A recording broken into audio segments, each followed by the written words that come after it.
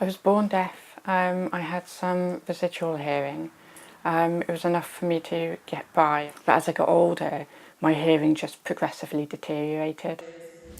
Over time, Natasha Hurst was finding it more and more difficult to communicate.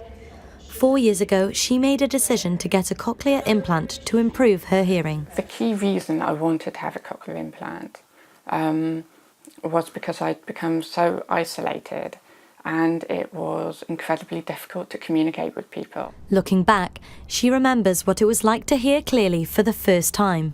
When it was first switched on and my audiologist said to me, "Now things might sound a little bit strange."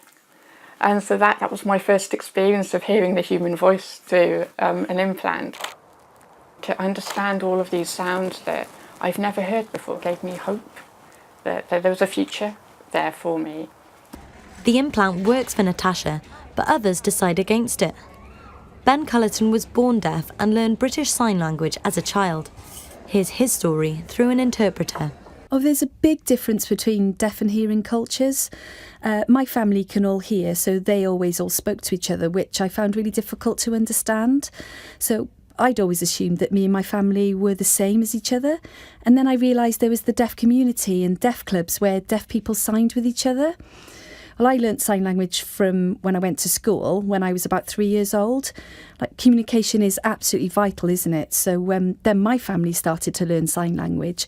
So then we could communicate together, which is so important. Ben's passionate about his language and community. Deaf culture means being able to sign fluently. How we see things, in a visual way is so important to us. We also believe that places like cinemas should subtitle more films because we really need to know what they're saying. We work with interpreters, and sign language is such a beautiful language. Oh, yeah, I'm very proud of my language, very proud, and I'm really happy with who I am.